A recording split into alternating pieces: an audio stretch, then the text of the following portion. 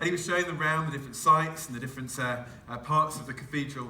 And he took them to a large painting of the crucifixion of Jesus.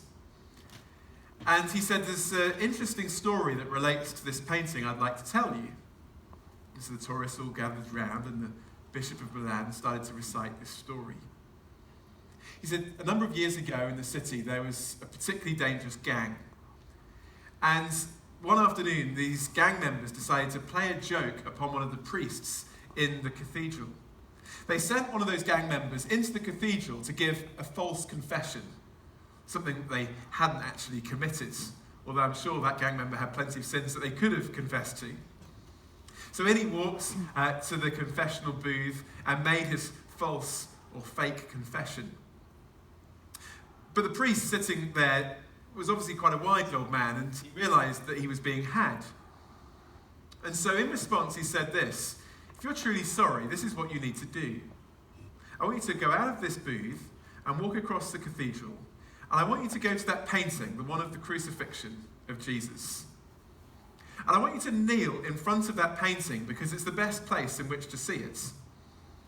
And I want you to look up at that painting and say this: Jesus, you did all this for me, and I don't give a damn. So, feeling fairly cocky and self-confident, the gang member got out of the booth, walked across the cathedral, and got down on his knees in front of the painting. And he looked up at this painting of Jesus hanging on the cross, and he said, Jesus, you did all this for me.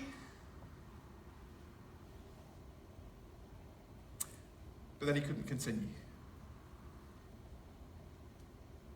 Because for the first time in his life, he realised that Jesus had done that for him. What are you going to make of Jesus? The bishop, telling the story, said to the tourists, do you know how I know that story is true? I was that gang member. It was me.